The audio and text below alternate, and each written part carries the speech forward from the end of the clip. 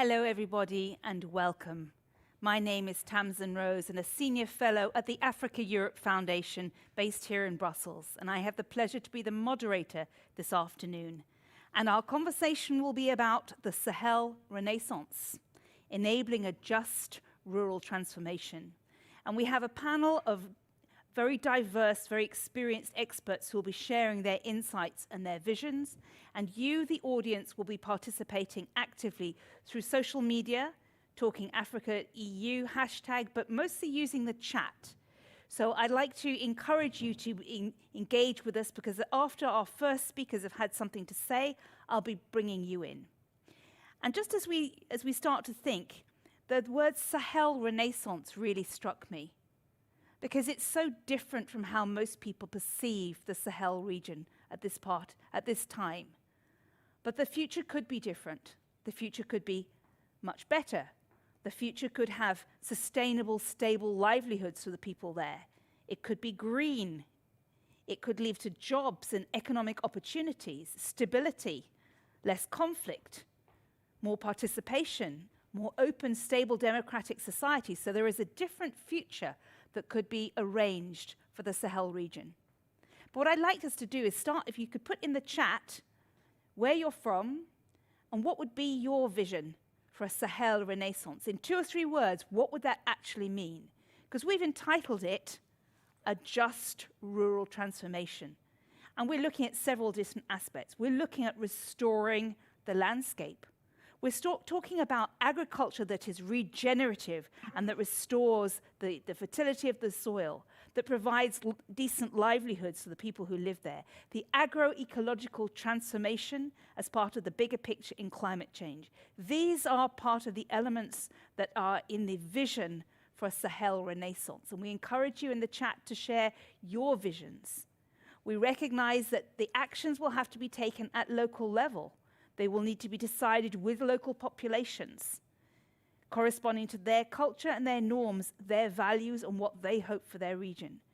And of course, there are big political stakes in this place. If we can get the Renaissance, if we can achieve this transformation, it will have a stabilizing anchor for the north of Africa. So that's what we're going to be talking about this afternoon. And thank you. We've already had someone who's kicked us off on the chat by saying that the Sahel Renaissance is agricultural reform, more equitable access to the land.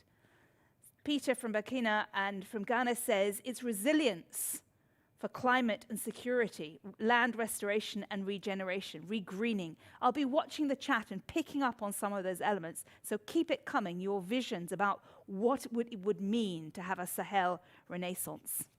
And let me start by introducing some of our speakers. And I'll start by giving them a question to start off our conversation. So I'm delighted to introduce our first speaker, that's Cheikh Mbow.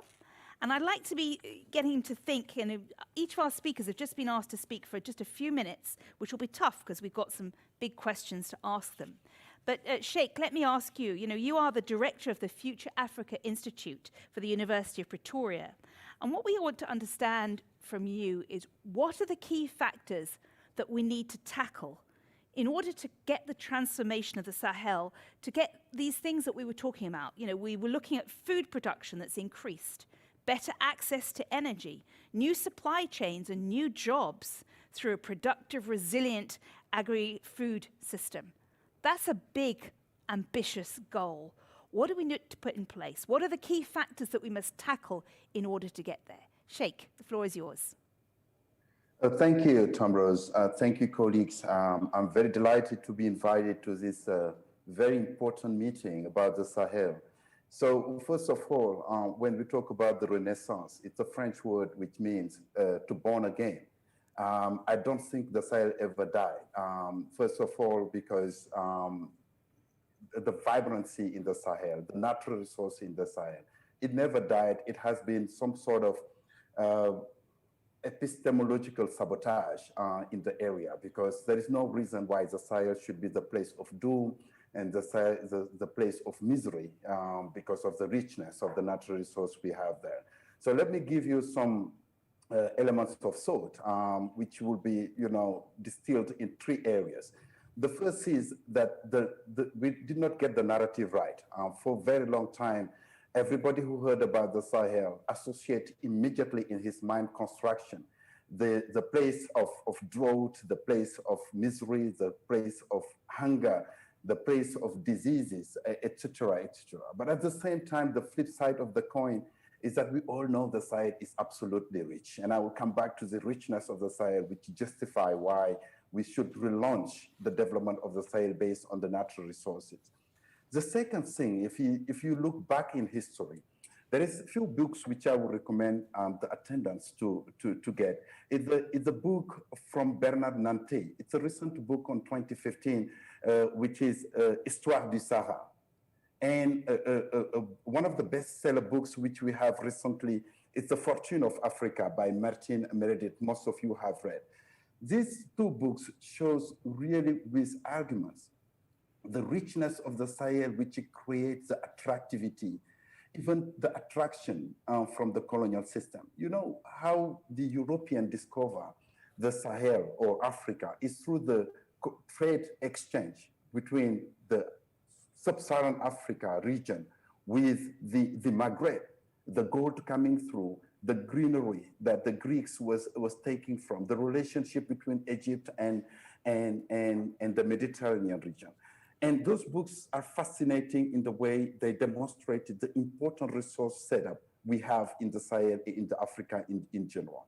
The second point which I want to mention in terms of history is the sense of the development of human rights. When you talk about the Sahel, it's all this Boko Haram, the Islamists, armed weapon, the instability in Niger, in Chad, in Mali, towards Mauritania. But in fact, revisiting a little bit the history of the Sahel, you will realize that the first human rights declaration has happened in the Sahel, which you call La Charte du Mandé, the Charter of the Mandé. Sunjata Keita, who instilled this strong human right and respect to women and people, has been there since the 12th century. And down the line, with the Almoravid coming and the literacy growing in Timbuktu, there is what we call the Chorna Suleiman Baal Revolution, which is actually in the 17th, 18th century, before the Revolution Française. So those human rights development has been anchored in the culture of Africans, in the culture of the Sahel. And now there is this blame that the human rights is not in a best place when we talk about the Sahel. That's not the right image we should distill in the Sahel.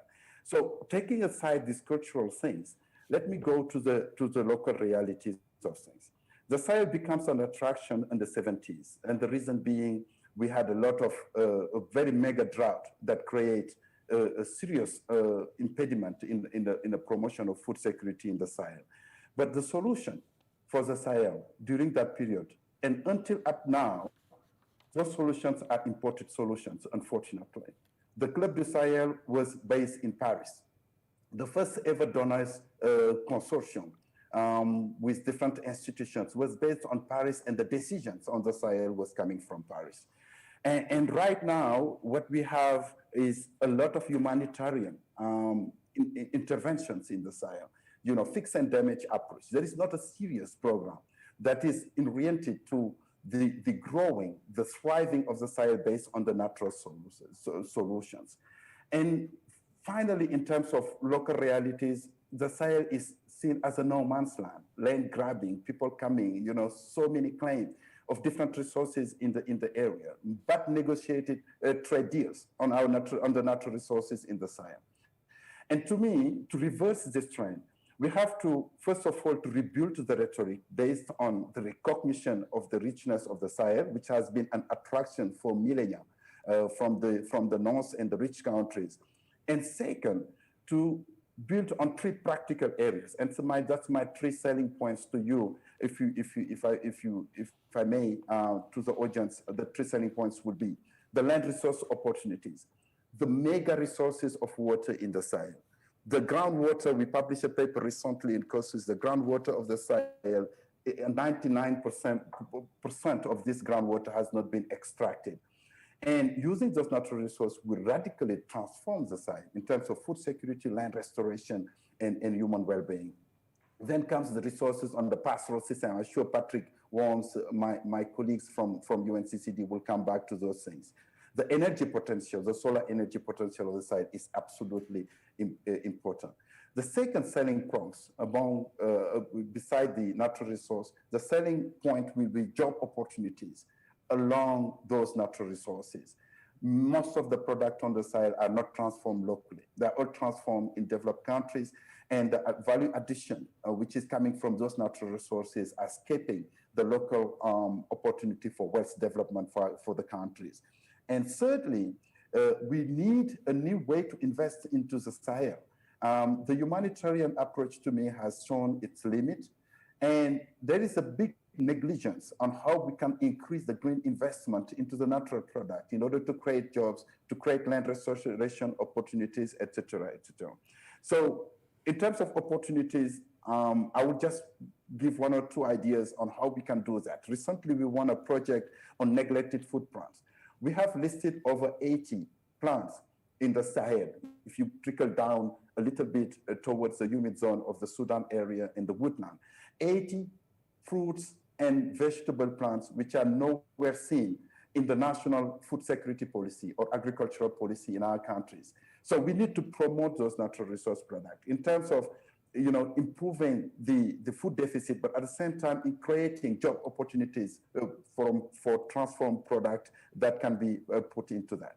And we can't do that by importing technological solutions. The technological solutions for transforming the Sahel should be domestically grown, adapted to the culture, adapted to the ecosystem, promoting SMEs at local level, and improving some traditional practice. Most of the solutions we are trying to investigate now have been traditionally already established solutions. We have forgotten about those solutions because colonial time came and imported some solutions such as banning trees in ecosystem, which was not the right approach. On the background, what we have is the farmer in the Sahel knows the importance of the trees for the equilibrium that we need in a farm to yield and to yield quality food. And then the local aspirations, mostly the intellectual properties. Most of this discovery have been benefiting from multinationals who knows that some trees has some stable oil or some trees has these nutrients, like moringa now is invading the market in Europe. Baobab seed product is invading the market in Europe, but the intellectual property is not staying with the silent countries anymore. So just to instigate the discussion, moderator, these are a few areas which I want to shed light, to revisit the history, to revisit the richness of our natural resource, and to improve the governance system and the funding opportunities that we can tap in order to create the transformation we want in the Sahel. Back to you.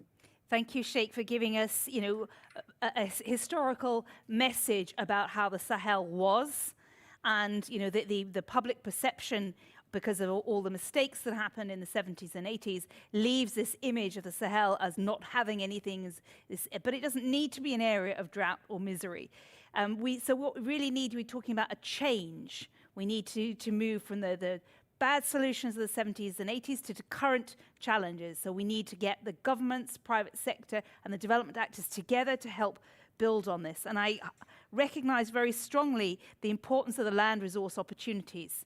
It provides livelihoods, it allows the intellectual property and the domestic solutions to some of these challenges. We've had a couple of questions in the chat. People are interested in your report about the 80 plants, so please share it, because people will want to see it. I also picked up in the chat when we asked people, what does the Sahel mean for you? There were, and this new renaissance, there was a lot of messages about peace, social justice, about secure land tenure leading to fertile land, sufficient food, and happiness, peace. It's clear that the vision is there, that is a vision with the community living in a harmony and balance with their lands and being able to use their resources. Let me invite the next person to come in and share some of their vision. Elvis Tangem is from the Africa Union Commission coordinator of the Great Green Wall for the Sahara and Sahel initiative.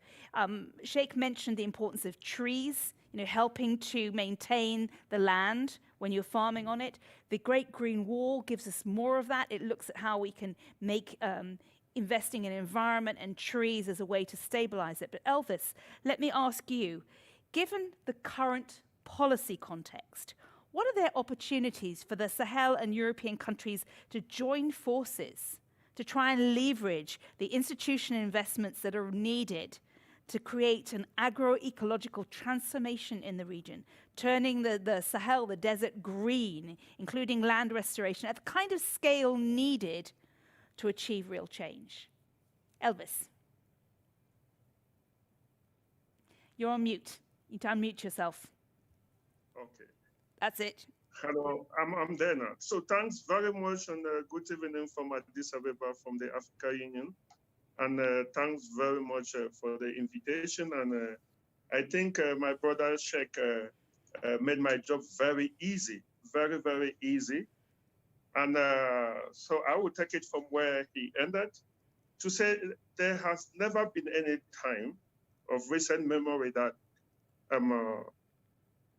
that the Sahel has been so much in focus, especially at all levels, be it political, social, economic, and sometimes also, as Cheikh said, for the wrong reasons. But for the right reason, this is the best time for the Sahel, and especially when it comes to the field of restoration, sustainable land management, and potential for investment. And what I'm going to say, Sarah, somebody made a statement which was very catchy. The person said, the opposite of poverty is not richness. The opposite of poverty is justice. And when we talk about the Sahel, and I think Cheikh make it very clear from the beginning, we have to look at the issues of justice when we are talking about transformation of the Sahel. And I'm not talking about sympathy. I'm talking about economic justice, economic and environmental justice. And that is what we're saying with initiatives like the Great Green Wall. The policy environment today, it's so good, let me put it that way, for lack of a better word, for the Sahel, for the kind of transformation that the Sahel is needed. The Sahel is now in focus for the right reasons also. And Cheikh talked about the need for change in the narrative, and the narrative is changing. When you look at the results of the last One Planet Summit that happened in January this year, and the type of engagement and the type of attractiveness that the Sahel had, the caliber of people and the pledges that came out, we're talking about almost $19 billion for investment focused in the Sahel from one forum. You can see that the Sahel is also in the news for the right reasons. And so the policy environment is so great that we need to start looking more at how do we leverage this great policy environment to be able to boost investment, to boost both public and private investment in issues in areas like sustainable land management, restoration, climate smart agriculture, to enhance resilient local agri-food systems. And so I'm going to tell you how we're going to do that. The first thing that, the first area to show that the policy is very good, to look at the level of what is happening in the Sahel. We can talk about, this morning we were in another forum still organized by the foundation, and we're looking at the issues of security. Though there was a general agreement that there was too much investment in conflict, in war, in arms, in confrontation, in trying to solve the issues of Sahel through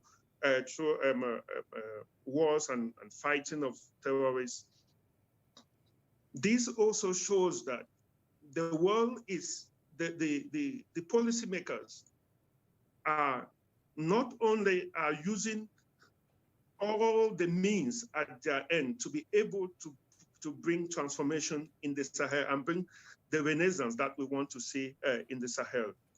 Yes, we have arms conflict going on. Yes, we have multilateral forces that are trying to combat, to bring back peace in the Sahel through the arms, but also we have also the investment and the policies that are being put in place. So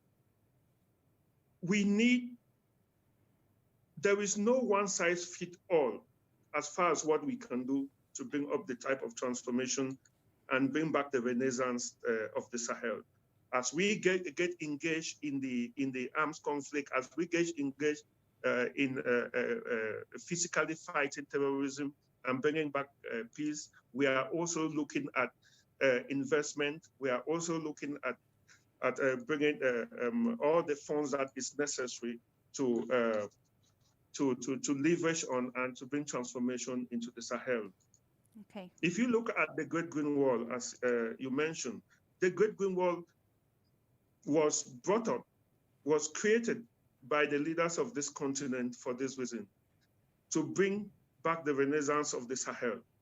And a decade and a half down the line, the Great Green Wall has shown, despite the initial skepticism that the initiative received, that you can only bring sustainable change through a landscape approach, an integrated approach, where you bring all the international development partners, you bring the private sectors, you bring the policies, and you bring every development actor together to be able to work together to bring the type of change that we want.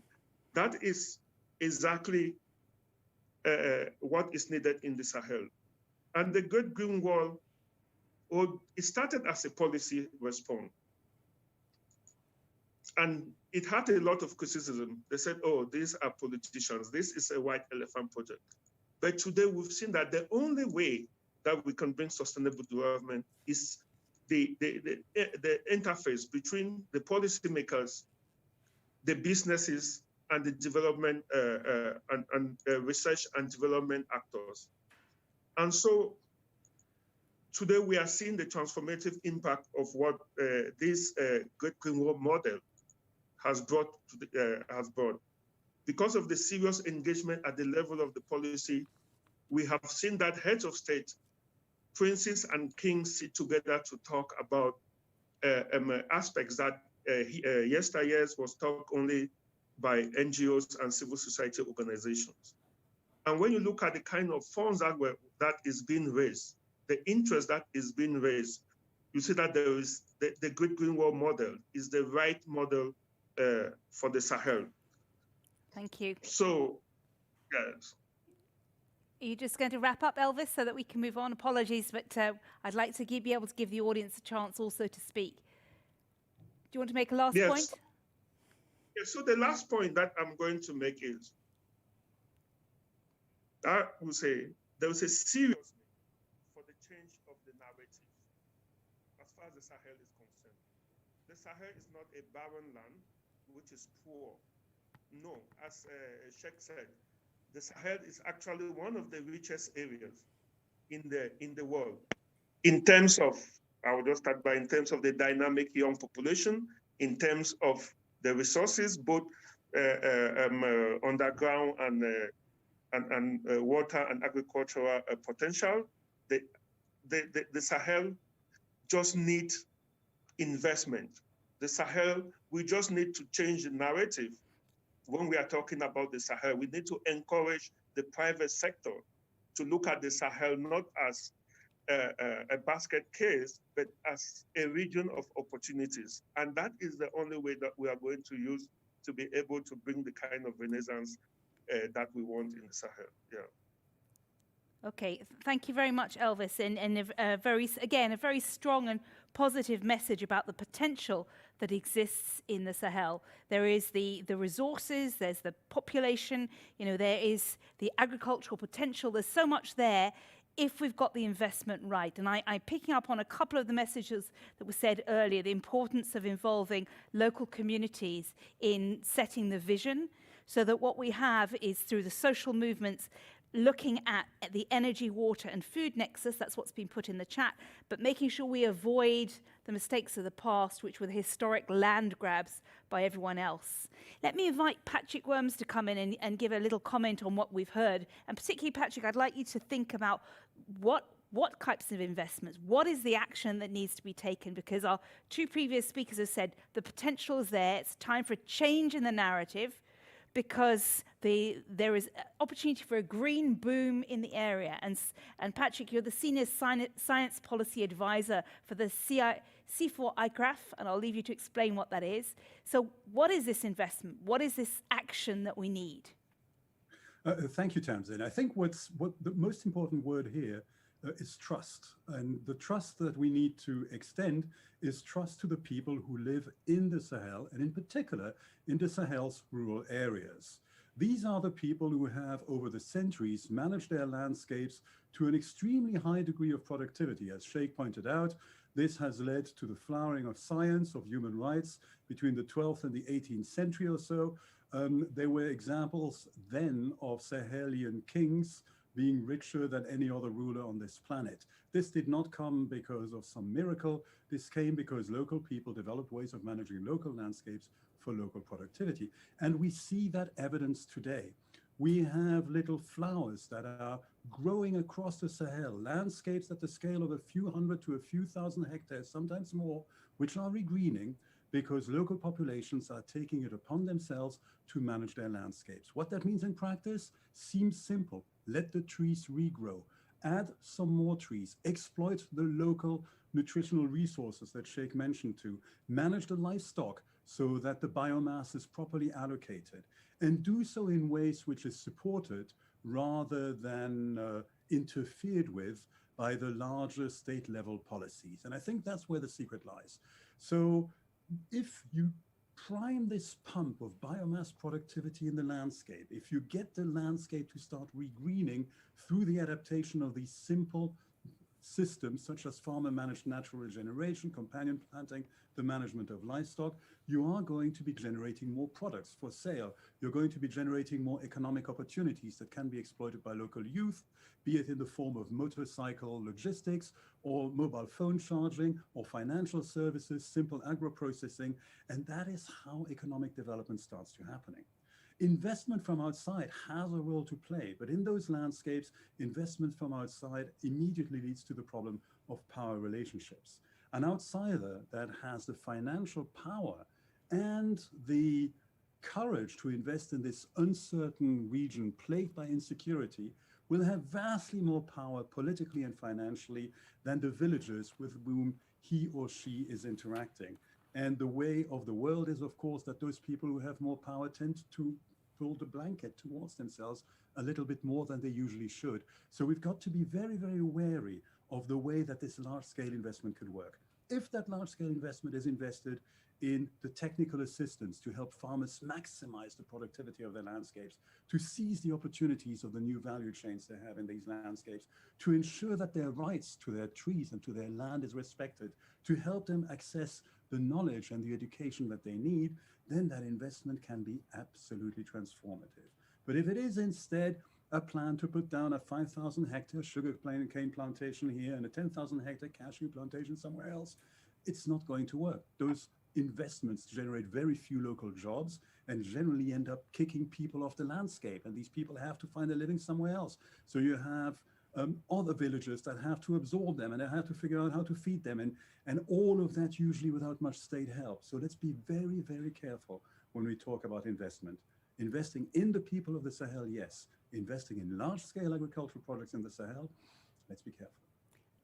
Thank you for that, Patrick. And I just want to note that this is the beginning of a process. At the Africa-Europe Foundation, we are interested in thinking of the Sahel in a different way, and we have a strategy group that is looking at sustainable food and agricultural systems, and one of their working groups is particularly looking at this issue for the Sahel. And we are at the early stages of drafting a declaration, a call for action towards a renaissance in the Sahel. And these elements that you've all been speaking about, and Patrick, thank you for that, it's about investment in the people, trusting the local people.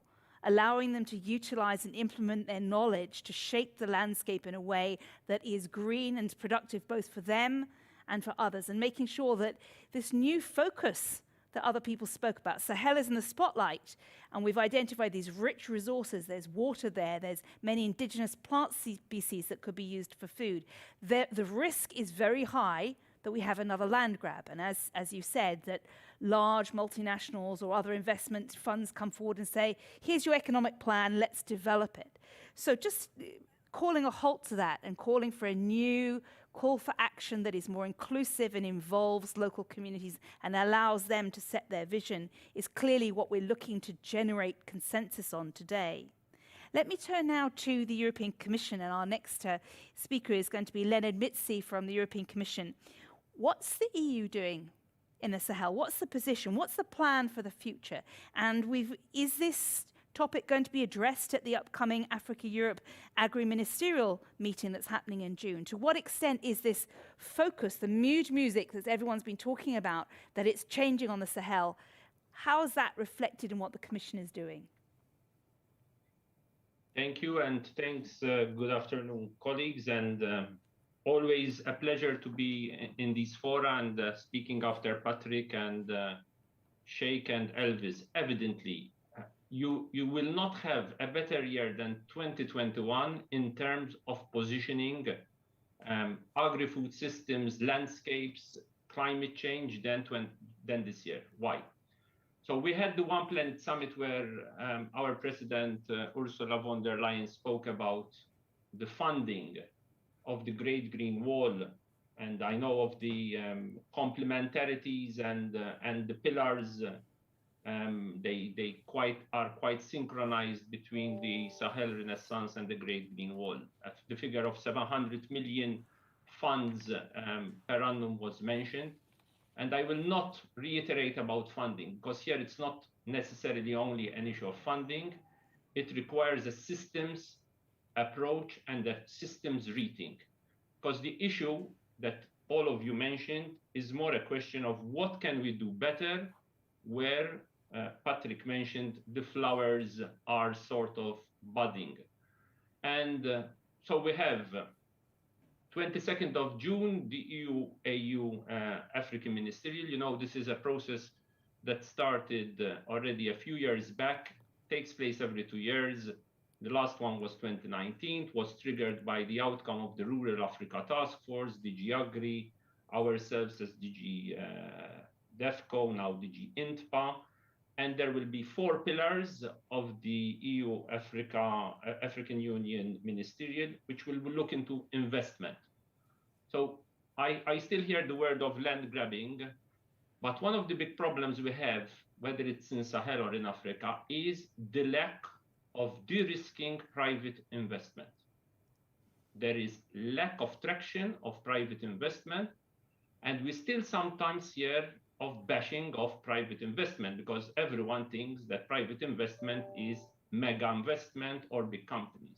We are here speaking about small ticket sizes where financial institutions still find it difficult to actually invest in even small scale operations. Why? Because the transaction costs are very high. Transaction costs of ticket sizes which are probably in the region of 20,000 to 1 million. So this is a first key area that we need to tackle. Why?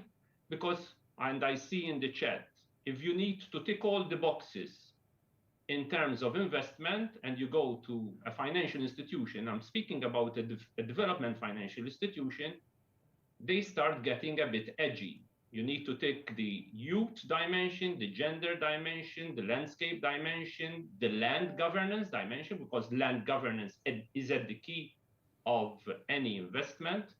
And we can't even emphasize what we want to do on land governance because we have a track record, and the track record doesn't always work if what also Patrick mentioned, the decentralization process doesn't work efficiently. The nexus dimension, if you want to tackle land, water, energy, humanitarian, development, peace, all these different nexuses need to be synchronized. And they are not always synchronized, and that is why private investment doesn't follow. So what we are trying to do is to target investments which have better impact on the ground, impact on small ticket sizes, impact on youth, but also a transformation model which departs from the traditional agricultural food systems of the past.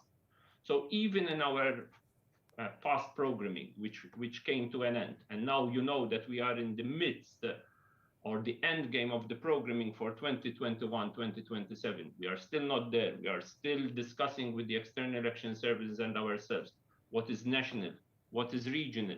And here we are speaking potentially of a big regional dimension which will build up on the previous programming.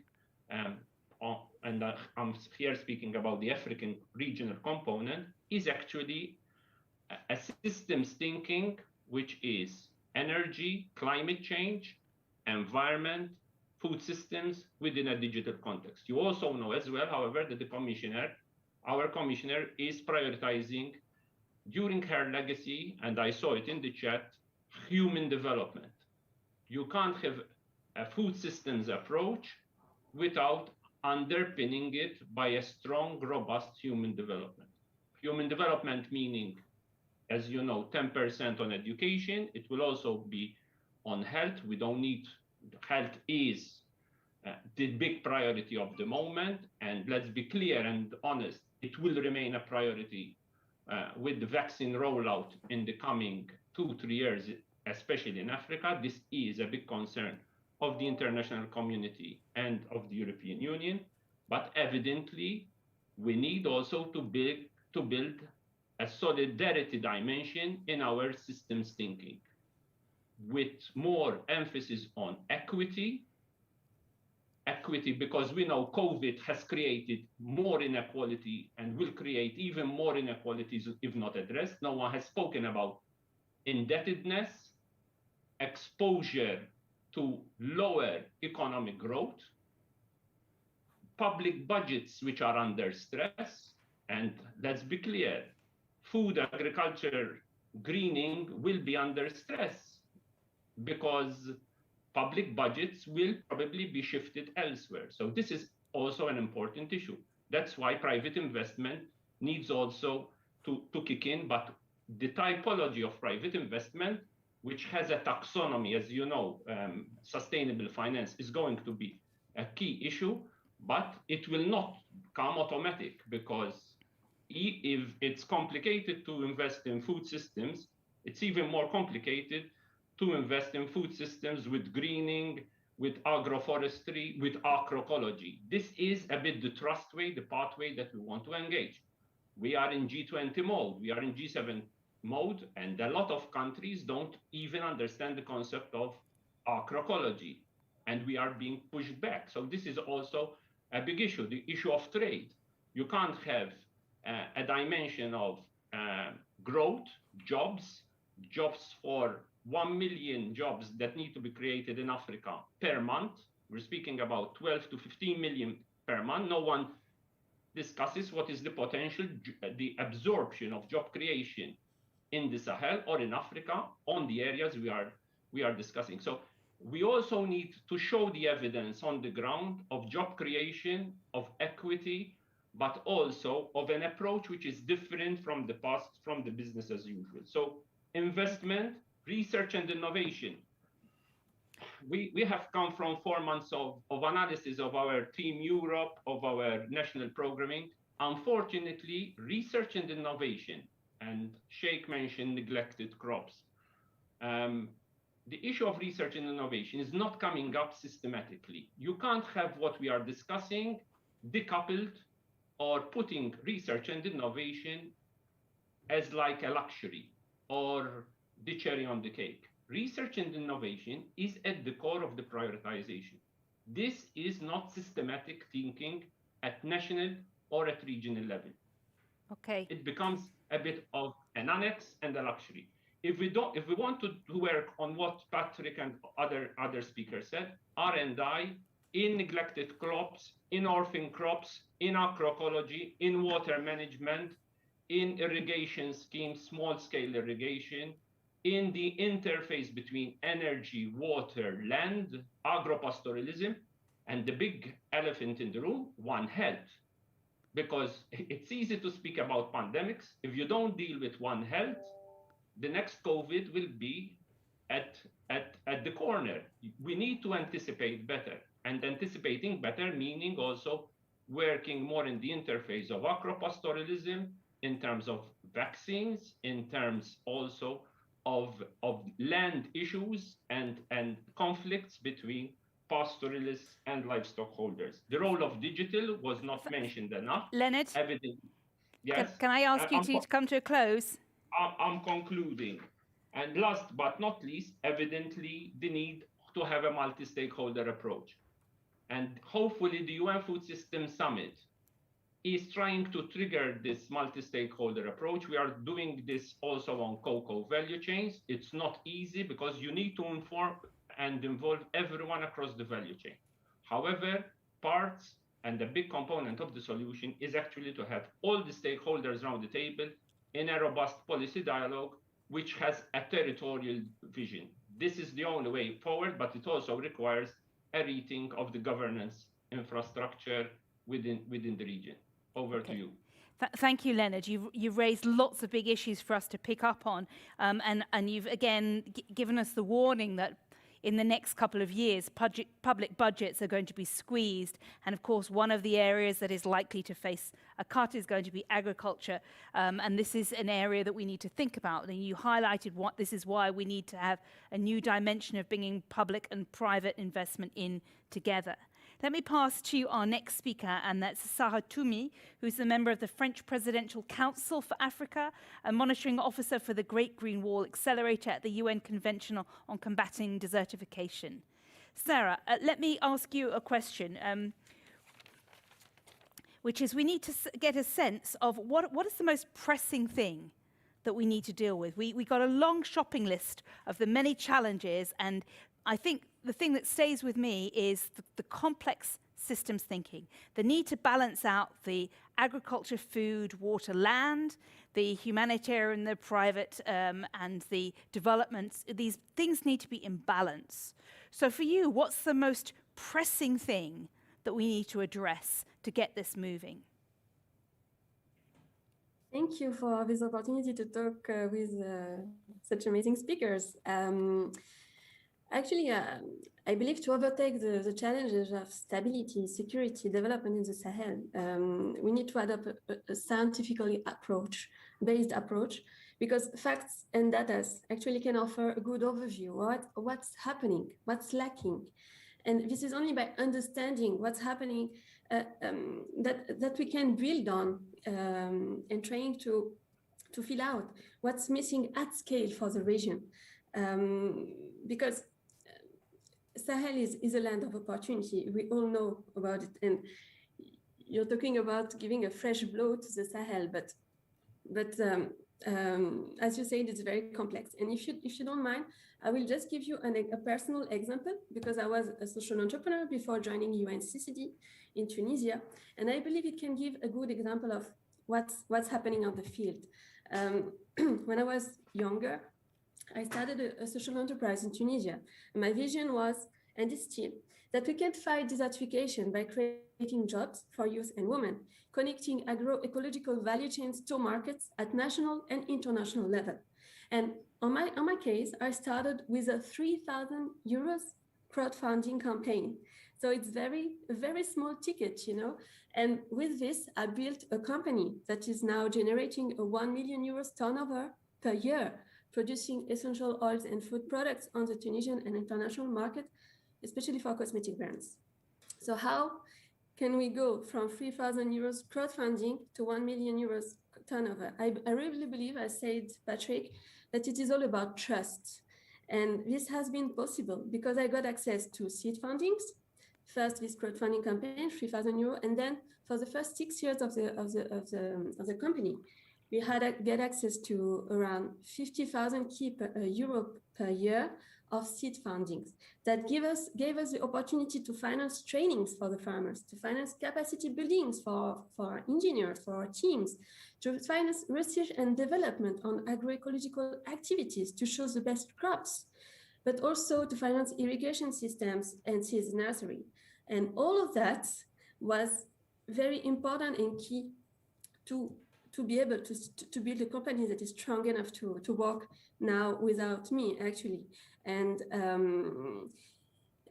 this trust was built thanks to transparency and to traceability, because we believed we have to be able to provide data to our partners, to our founders, and thanks to that system, we were able to solve a complex issue, to improve the life of more than 500 families in Tunisia, to restore hundreds of hectares of lands. And why I'm talking about this example is because now, as I'm working on a wider perspective with UNCCD, and we are looking for solutions to offer these opportunities for Sahelians to express the rich opportunities that they have. I really believe it's important to showcase that this kind of example of success.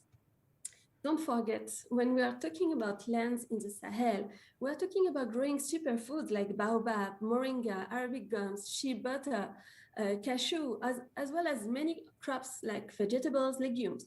And we are also talking about large breeding countries.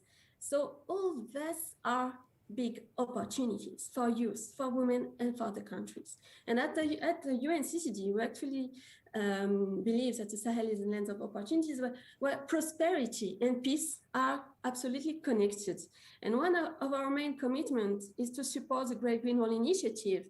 And we are really thankful for Elvis Tangem for his political support on that. And through the Great Green Wall Accelerator, we are focusing on 5 pillars of action, which are actually investment in agri-value chains, restoration of land and water management, access to renewable energies, and support to climate resilience infrastructures, but also governance with a focus on stability, security, and sustainability that are key for investors and partners to come into the region and support activities. And finally, of course, capacity building. There is a vast potential for ecological restoration to return lands to productivity and biological diversity across the Sahel. But as you said, we need trust. And this is actually the purpose of the Great Green Wall Accelerator I'm currently working on with my colleague as a monitoring officer. And we are setting a result management framework commonly used by all the stakeholders. When I say all the stakeholders, I'm meaning financial partners, I'm meaning implementing actors, as well as governments, the Great Green Wall Pan-African agencies, and all the civil society, the private sector.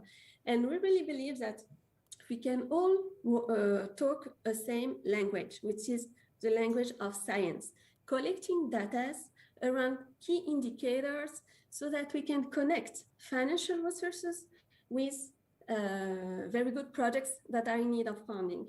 And one of the key issues, we will be able to create this connection, this matchmaking between people wanting to support and people having good projects. But the key issue we're still facing is how financial partners will be able to support the creation of new mechanisms in order to finance projects which have big potential, and there are so many in the region, but are still not able to get access to funding. And on the same way, projects which are a very good potential to get access to traceability tools so they can ensure partners they are trustful. And this is a commitment we have at the Great Green Wall Accelerator and at the UNCCD in order to provide action for communities and for people. Thank you. Thank you, Sarah, for giving us some insight, both from your own personal story, but then also to look to see how this can be looked at scale and seeing how the future people like you are able to grow and get the support that they need. The chat's been really active and we've got lots of really good messages in, and it's now the point that I throw open the floor to you to share some of your insights and ideas. And I'm going to start by coming and getting Patrick to come in, because there's something in the chat that says, what are the current obstacles to investing in people that allow the bottom up? What are the elephants in the room? How do we turn the big pledges from the One Planet conference earlier this year into a reality, an action on the ground that allows local people to be involved in agenda setting and shape the dimensions? What are the elephants in the room, Patrick? I love you, Tamsin. You have drilled onto the hardest question of all. How can you do this at scale when it needs to be done at an extremely granular level, when it needs to be done almost village by village and community by community? And in that context, I would like to refer us to the conversation on security in the Sahel that happened this week, and first start by encouraging the people who are worried about the biophysical aspect, the people who are worried about the landscapes and the agriculture and the research, to talk more to the people who are focusing on the security aspect, because both aspects have to work hand in hand. Camilla Tolman, who is a participant in this call too, shared a deeply affecting set of interviews with me a couple of days ago, where she had interviewed young men who had to leave a village that she's been following for 40 years in Mali to work in Bamako. And in that village, the school was closed. And when you hear what that means to that community, it is a completely different experience from simply reading a report saying that 1,255 schools were closed because of jihadist activity. It's at the level of each of these communities that things have to change. The issue of trust that Sarah referred to is the most important thing. And very often that means that governments have to take their feet off the pedal. Governments have to trust local communities to figure out their own ways of regreening their landscapes.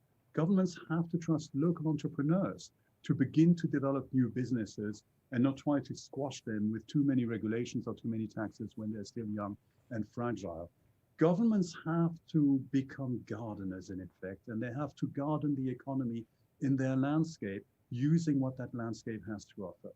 And just to belabor the point that Cheikh already made, the landscape has an enormous amount of things to offer. Sarah pointed it out too. We have moringa and baobab and a number of other Sahelian products which you now find in the supermarkets here around the corner. And I was astonished to see that baobab powder is on sale for 200 euros a kilogram. Now, I imagine that probably less than 10 cents per kilogram went to the woman who actually harvested the fruit in the first place. And that kind of injustice is something we have to deal with as well. What that means is we have to encourage local agro-processing. And that does not necessarily mean a large investment close to the capital or close to a main road, but it means the development of simple machinery that can be built and maintained by village blacksmiths in order to do some of the primary processing in the landscape where these products are grown. This is how you begin to accumulate capital in the landscape, and this is how that capital can begin to make a transformation in that landscape. Over. Thank you. Well, you set out there for some very big visions about, and again, highlighted this tension between, it's an area of huge potential. So there's a lot of interest in being able to transform it, but governments also need to take a step back and create some space and allow these early flowers to flourish and to have an environment to do that to happen. I'm interested now in seeing if we can get something, everyone to start thinking about what we could put into a call for action, a declaration on a Sahel renaissance. Because I think there's, as people have said, Leonard said, there will never be a better year than 2021 to get focus on the Sahel. The policy context is right. There's political interests, there's financial resources, there's a security need to do something to support the region. So now is the time, but what I'd like us to explore is what would we put in a declaration, a call for action? What would need to happen and to make sure that we have an approach that is systems-based, an approach that involves trusting and supporting local people, that involves social justice, that has appropriate land governance, so the security of tenure, that allows the value chains to be more locally directed. So these are some of the elements I'd like you to think about. I'm happy to take, if you'd like to raise your virtual hand, then we'll be able to see it on the chat if you'd like to say something. But we're particularly looking at now the actions that could be put in a declaration, a call to action that we could get organizations to sign on and could be put in front of the leaders in the coming months who are interested in this vision of a Sahel renaissance. So I've got somebody who'd first like to come in. Uzziel, please unmute yourself and go ahead. Okay, thank you very much. I'm called Uzziel Twagilimana from Wish Social Movement. I'm talking on behalf of civil society organization and trade unions. I think as Patrick has made a very good analysis, the emphasis should be put on investment in human capital. How to invest in human capital? Through promoting decent jobs, particularly for the youth and the women, investing in social protection so as to build resilience when there is this issue of climate change affecting the people.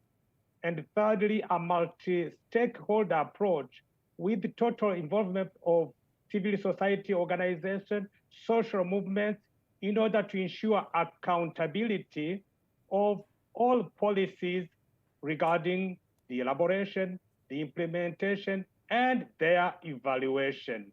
And lastly, the gender aspect. There are some value chains where women get their jobs, let's say the cashew or shea butter, things like that. How to preserve the environment and the potential women have to create jobs for themselves and to feed their family. These were a few of reflection I wanted to bring in. Thank you. Thank you very much, Uzziel. Let me bring in Debalkew.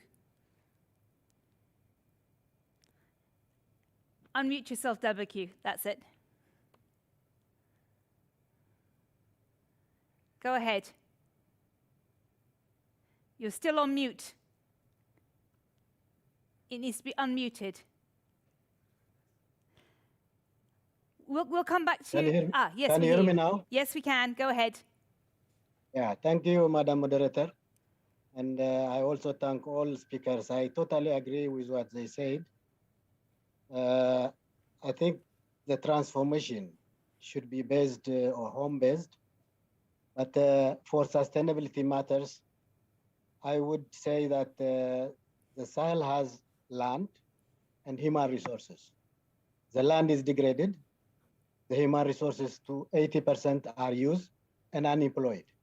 So can we really link the restoration of the landscape to job creation of jobs for the youth? And by doing so, for example, if you assign the youth to protect or restore the degraded area, just support them for 1 year, 2 years, 3 years, until some grasses grow, and then by selling grass, and then by livestock development, there will be these SMEs later on develop, but at least create jobs from restoration of the degraded ecosystems. That has been the neglect that we were doing all throughout our history. The environment was not given the right focus.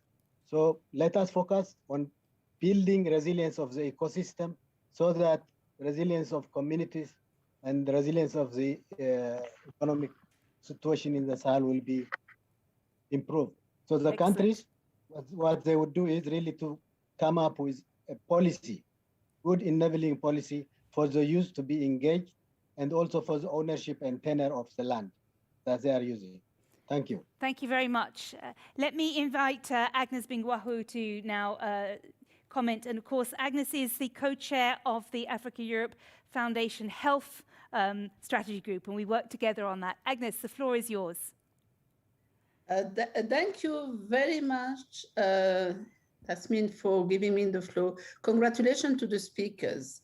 They have said all, and they are specialists. So I'm going to talk about if in the call for action, we can insist of the fact that it costs less and it's more sustainable to promote communities and giving them agency in the exploitation of local national riches, removing the power dynamic that are still sequela of the colonial time, in this post-colonial time. So there are national solutions. And for example, I can give you an example.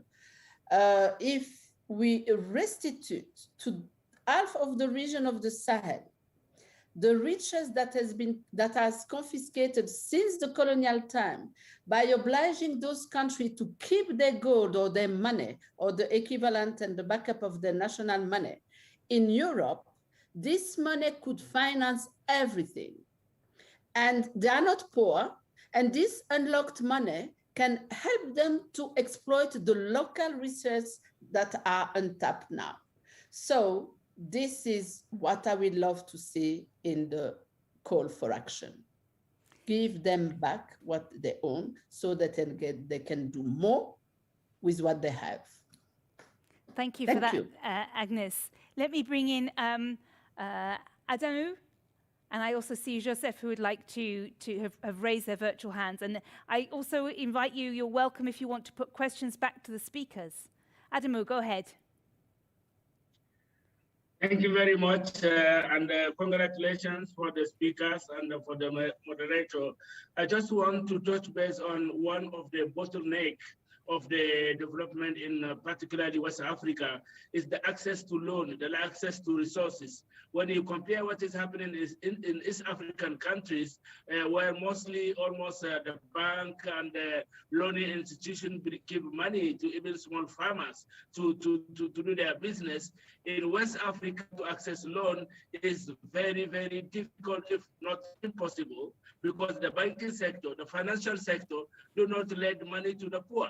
So what can really help to bring in or to change in the paradigm can be a kind of open line of credit for small holders in Africa, in West African countries, for example, to really embark in the real development aspect. And this development aspect, we have a lot of examples which are working very well.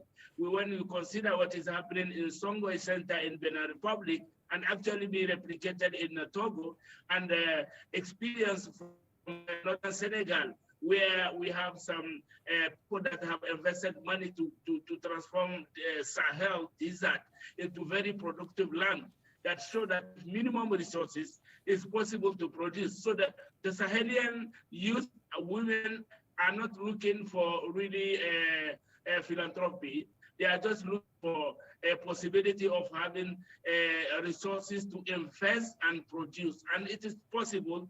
Techniques and technology are available within the Sahel. Is just to provide the resources and build that one around the capacity building element that colleagues have been mentioning to really create a kind of the change of the paradigm in Sahel. And I believe it is possible because it is happening in many areas of the countries, like Benin, I say Senegal, and so on. Thank you very much. Thank you very much, Adamu. Joseph, let me bring you in. As the next person I recognize, and then I see Patrick after that. Joseph, go ahead. Hello, everyone. I think a lot of important points have been said. I may be repeating some slightly, but Patrick mentioned that when you have this beautiful baba powder for 20 euros a kilogram or more, 200 euros. 10 cents go to the 200 euros, and probably 10 cents go to the women who are harvesting it. Unfortunately, that's probably true based on the economics that I know here. And I think the point we need to really work on a lot is inclusiveness and equity. How do we build things for the Sahel that include people, that help people have this social ascension slowly but steadily? It won't come fast, it won't come in a day, but there needs to be a constant movement, a constant flow that is lifting people upwards. And that needs to be at the heart of every policy. And I very much agree with what Patrick said earlier, that if we have these big external investments, they usually take a large piece of land, remove all the local people, make some agro-industrial exploitation that hardly benefits anybody in the environment. we need to have things that keep people on the ground, really build their livelihoods, build their futures, and help them grow. And it's not just about growing in terms of money, but also growing in terms of skills, seeing their children being able to learn more than what they learned, etc. I really think we should stress how do we build as inclusive systems, economic systems as possible that help people move upwards. And apart from that, I think there are three key things that should also be at the core of everything we do. We should focus on native flora and fauna. We're destroying our planet all over the world because we're using exotics everywhere. We're replacing what was meant for one environment with things that were not necessarily meant for it. So we should, even though sometimes we find it hard and difficult to work with the native plants because there have been less research, there's been less effort put into them. I think our case of Sahara South Foods is proving quite strongly that we can do tons of beautiful things with the native biodiversity, and that's where effort should go. And for that to work, we come to the next point, which is we need to have value adding and innovation. We need to keep not just doing the things we've already done, but keep working on how can we do more, how can we do better, how can we make new things from these resources we have. With some creativity, we can come really, really far. And the last thing, the second previous speaker was mentioning it, we need to have enabling policy. We need to look at how can local policies really help facilitate the emergence of these types of initiatives. Because to be very honest, we complain a lot about our colonial heritage, which is to a very large extent true and valid. But we get that today we still sit here with a policy environment that is not helping local initiatives emerge. And we need to look at how can that be improved, how can it be more lighter, how can it be helping us instead of stifling us. Okay. Because most local innovators struggle with that. There are various different people with creative ideas, great ideas, and they all fight the fact that it's very hard to get anything to work in this environment.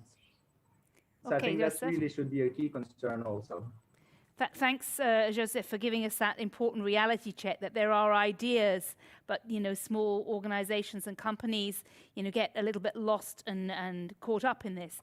I'm going to invite our earlier speakers to come back in and join the conversation at this point. So that's Cheikh, to Sahara, to Elvis and Leonard, because the conversation has moved on a little bit. I noticed in the chat that somebody said, look, investing in people and bottom-up approaches was more or less what we were talking about back in 1995. So how do we make sure that this time, when the political focus is there and there's more funds to do it, we actually implement in that way? So let me ask, shall I start with you, Cheikh? Would you like to come back on some of the things that you've heard? Well, thank you so much. I think I will not be very long. I want colleagues to react more on what we say. I want to just bring three different ideas from what I heard.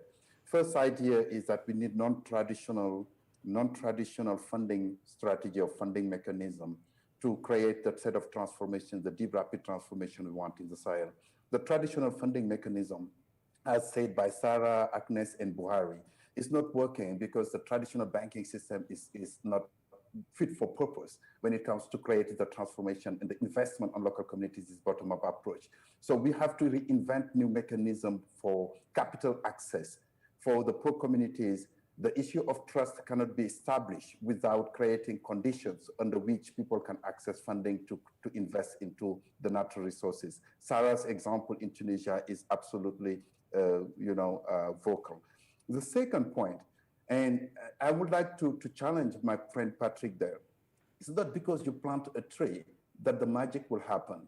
The point which I'm trying to make here is that, what kind of tree do you need to plant? In ICRAF, we used to say the right tree for the right people, for the right place, etc., etc.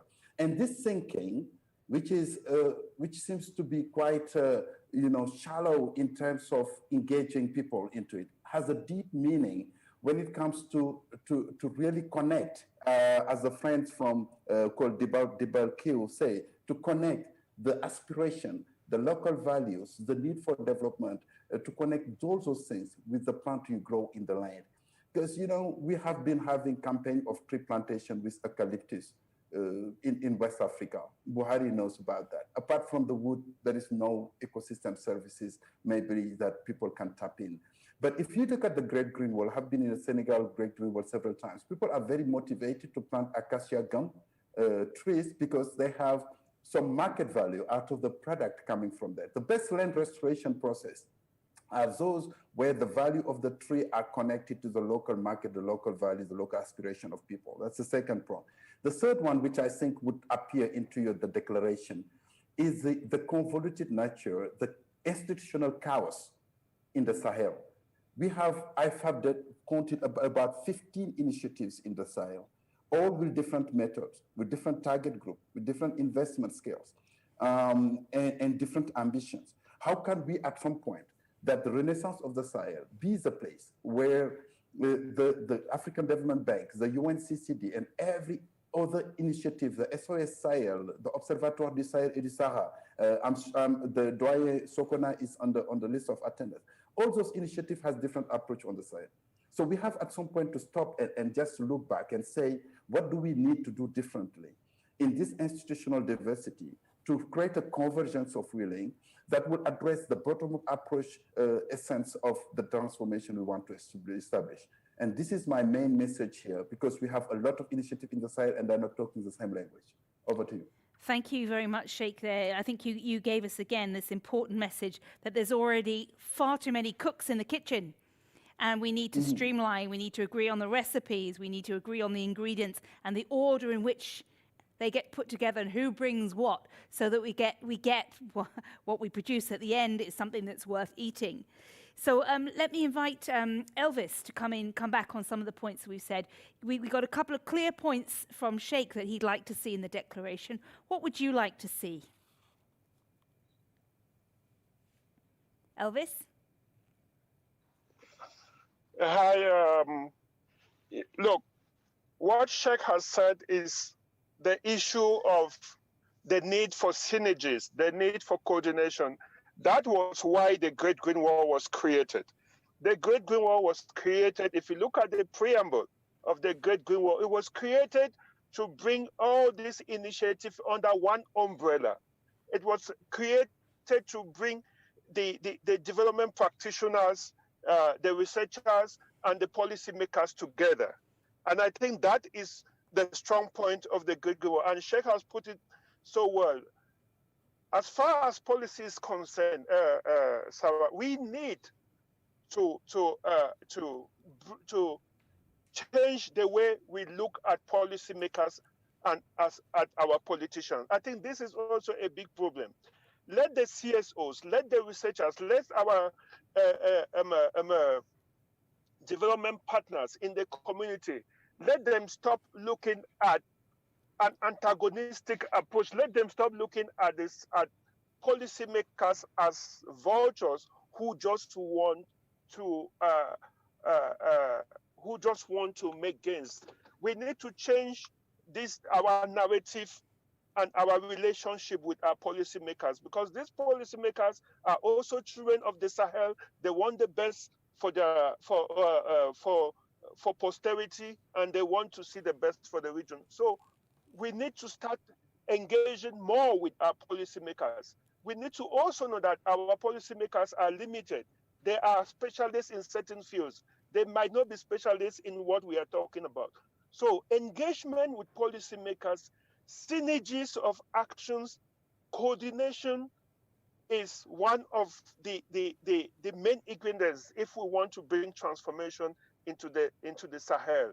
We've talked about we need innovation even at the level of engagement. Look, we are talking about change and innovation. If you look at the relationship that exists between Africa and Europe, it is only through institutions. We have diaspora, we have people, but there is no real relationship between, let me just put it straight, between Africans and Europe. We need now a type of policy that encourage people-to-people relationship. Let our cousins in Europe understand exactly what is happening in Africa. Because if we talk about change of narrative, this is the only way we can change the narrative, by bringing people-to-people relationship, people-to-people interaction, not to leave all this in the hands of our policymakers. Because we have seen that there are a lot of shortcomings in the way we have been doing our regional policy. And also one thing that Buhari brought up about the need for inclusive and adaptive financial systems. In my country, Cameroon, it is impossible, even for people like us that are working, to even have loans from the bank. Talk less of a small farmer, smallholder farmers and forest investors. It's impossible. We need to change. There is a need for a complete radical change, and we need to make use of the social media, the technological development to bring people-to-people engagement between Europe and Africans. Thank you very much. Thank you. I'm going to invite Leonard and Sarah to come back in now, because I think there's an interesting point. This has been put in the chat by Diane, where she said, you know, it's going to be a game changer if we can connect the agriculture and pastoral value chains, the rural communities, into the African Continental Free Trade Area, that this is going to make a huge difference. And somebody had said earlier, the problem is you can't scale up an activity in Africa if you've got 54 different countries, different customs regimes, and just the logistics of that. Now, Leonard, this is something the EU knows how to do really well, a single market.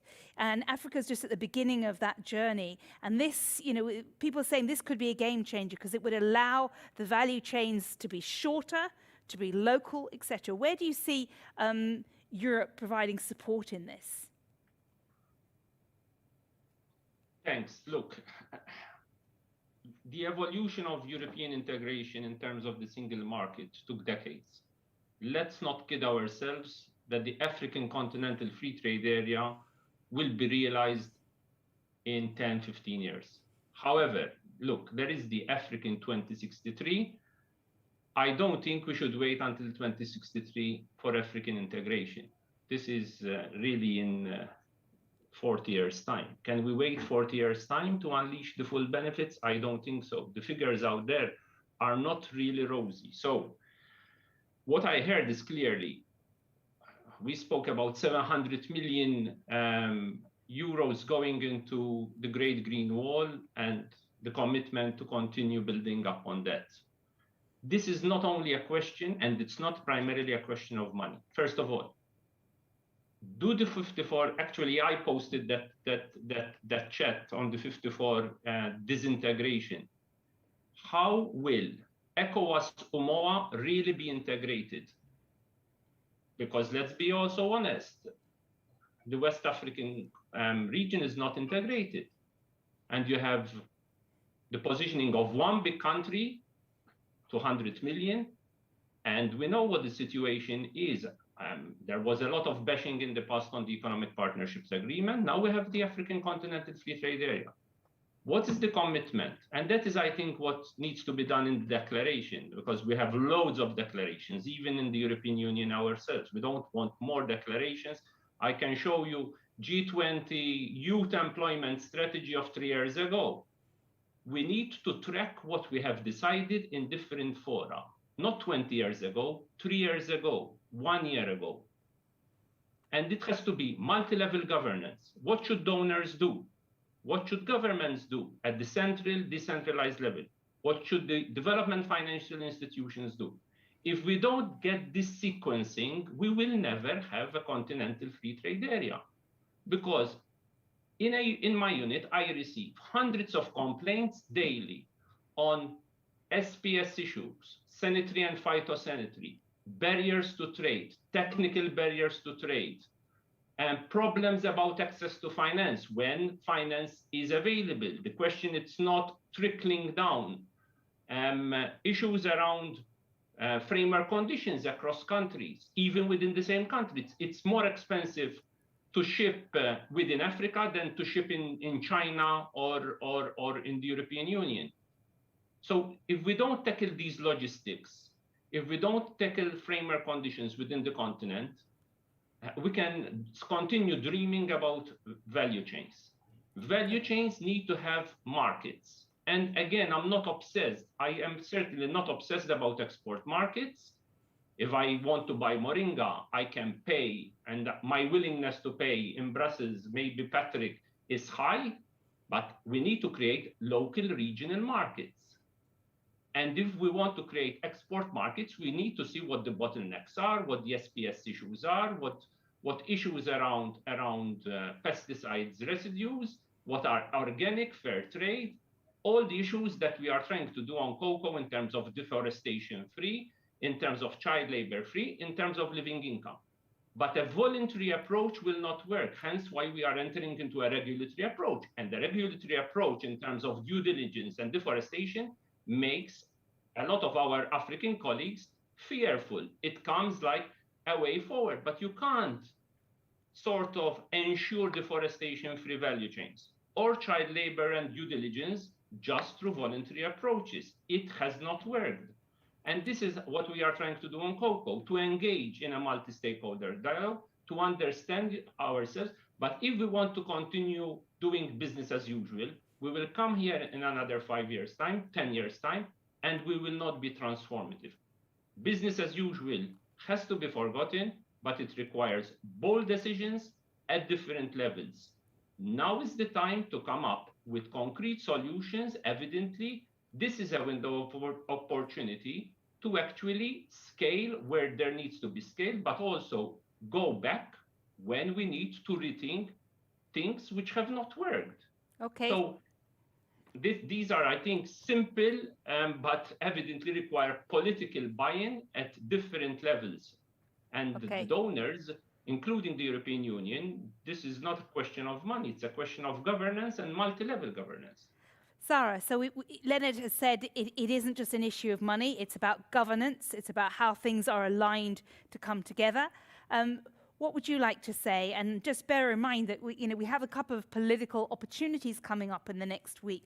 We've got the high-level partnership conference on Sudan in the 17th of May, and France's summit on financing African economies coming up on the 18th of May. What should we just heard that it's not necessarily money, it's governance. What kind of messages should we be putting at those next big events? Sarah, I'm going to invite you to come in, and then as we're running out of time, I'll come to Patrick to close us down. But Sarah. I absolutely agree with what Mr. Mizzi said, that we need to start, creating new commitments, but actually being committed to our already made commitments and prove acts. And so I really believe that what we are doing at the Great Greenwall Accelerator, which was actually created by all the stakeholders, the European Union, African Development Bank, World Bank, French Presidency, all together, African Union, all together decided to create this common approach, common pillars with key indicators. So we are all going on the same path. And I really believe that now we have to stay committed to this. And what happened at the One Planet Summit when all the partners committed to 14 billion euros to the Great Green Wall Initiative and committed to create the creation of the Accelerator of the Great Green Wall has actually to be transformed from pledges to actions. And this is actually the purpose of my job and toward my partners. And I believe this kind of approach should be part of the process for better governance.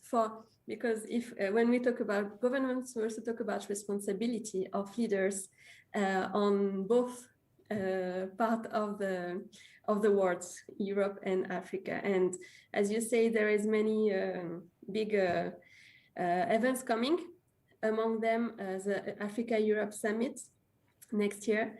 And I'm sure that there is a lot of things to do regarding the Green Deal commitments in Europe and the Great Green Wall commitments in Africa. And trust will be everything, but trust with proper governance. Thank you. Thank you, Sarah. I'm going to now invite Patrick to take on the mammoth task of trying to condense some of the things that we've said, because we've had a huge conversation into perhaps a coherent set of 3 or 4 points that we could put in a declaration, a call to action. Because if I just sum up what I've heard, there's never been a better time. There is an urgency in the region, and that we need to get this sort of 2 different conversations that are happening, one which is about security and peace, and the other which is about, green transformations. It's about young people, it's about gender and employment, it's about empowerment of local communities. If we could get those 2 to come together with the financing that's potentially on the table, there is an enormous opportunity, but we need to get it right. And I think you've got several elements that you've spoken about in terms of trust, in terms of working with local communities, having accountability, transparency and governance, security of land tenure. You've mentioned several of them, but Patrick, let me ask you to give us a sort of summary of what you think we should be looking for in our call for action. Patrick. Tamsin, thank you very much. I could not possibly hope to do justice to the brilliant speakers we've heard now. So I'm just going to pick up on a few of the things that I think are particularly important. And I'd like to start with something that Leonard said, which is that we have made so many commitments over the years. And somebody in the chat shared a document prepared 30 years ago, which apparently comes to substantially the same conclusions we came on today. So I perhaps start by saying that we should not reinvent a wheel. We should remember that we are standing on the shoulders of giants, and we should understand what these giants have not only done, but what they have committed to do, and hold their feet to the fire. That means that we need to have action happening at many, many, many different levels. I come from a scientific research organization, Cheikh too, and so from Cheikh, what I'm picking up is this importance of understanding the roles of trees and grasses and animals in landscapes, and in particular focusing on all these neglected species that are the ones that can become the foundation for the prosperity of the Sahel's rural landscapes, and that need to be researched. You spoke, Cheikh, of 18 or 80, I'm not quite sure, I'm sure it could be more than that, shrubs and tree species that could be turned into valuable products. Josef is trying to develop some of them. There are other companies in the Sahel that are trying to develop some of them. No, Leonard, they are not yet large commodities that are feeding value chains into European supermarkets, but there are already commodities that are beginning to be traded internationally within the region and that are beginning to develop markets within the region. They should be reinforced.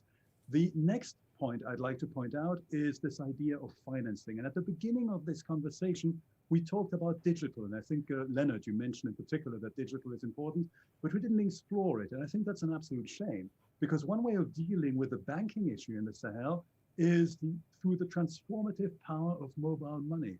You ask villagers what they want a phone mast. And why do they want a phone mast? It's not to watch YouTube videos, it's to be able to send money to and from their family members in the cities. And that brings me to an enormous opportunity that we have here.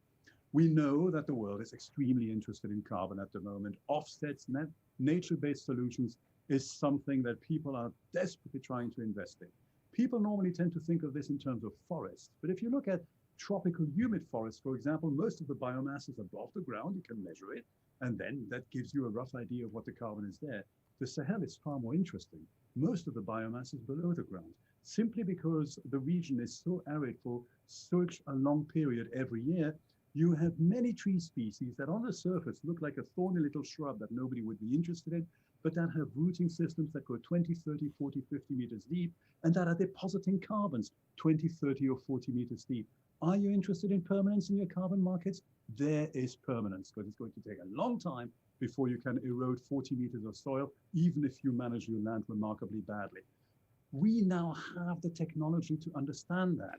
The land health surveillance framework technologies that ICRAF has developed are probably the most advanced in the world, not because we're geniuses, but because we started monitoring landscapes and doing soil sampling 40 years ago, and we have over 300,000 soil samples in our soil library now. That means that we can use remote sensing imagery to get a pretty good idea of what's happening in the soil. Finally, smartphones are spreading in the landscape. You now get little Android phones that cost $20, $30, $40. There's usually 1 or 2 per village, and people can rent time on these devices. With those devices, they can walk around their fields and get GPS coordinates for their fields. And suddenly, boom, you have everything you need to get money straight into the farmers who are regenerating trees or planting trees, because you can estimate how much carbon they're putting back into their soil. You can estimate how much they're contributing to biodiversity, and you can do it all automatically. It doesn't need to cost a fortune. And that kind of promise is, I think, where the Sahel Renaissance needs to focus on, where we can take what the Sahel needs to do, what the Sahel has, which is a lot of land and a lot of young people, and sadly not a lot of education, and combine it with modern technology to put money exactly where it's needed on an automatic basis. I will finish, Tamsin, by picking up on this idea that we have too many cooks in the kitchen, and on Elvis's idea and plea that we should not forget our policymakers. Elvis is, of course, absolutely right. And all of the policymakers need to be involved. And that goes from the village chief and the village imam all the way to the president of the prime minister. It's difficult to cook a good dish when there are many cooks in the kitchen, but it is not impossible. There are stakeholder management techniques that you can use in order to get people to engage with one another across these vast differences of wealth, education, and power, and to come to a common understanding of what the challenge is and of what the way forward has to be. So personally, I'm extremely optimistic. And Tamsin, since you've given me the honor of finishing this, I'd like to finish by thanking all four of our presenters for their brilliant contributions, by asking absolutely everyone on this call to unmute themselves, to raise their hands, and to give them, on the count of three, a big round of applause. 1, 2, 3.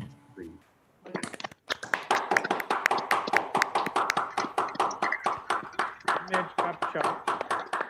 Thank you, Patrick, for such a wonderful wrap-up and leaving us in an optimistic note. We started optimistically with the idea of a new renaissance, going back to what has always existed in the Sahel in terms of the wealth of knowledge of the people, their care for the land, and the enormous biological potential that exists, the resources, if only we can leave the space to empower the local people to have some say in their own decision making.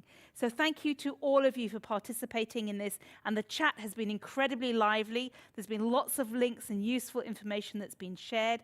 That's exactly the way that an event like this should work, and we look forward to seeing you again at our next Talking Africa Europe event, which will be on the 20th of May.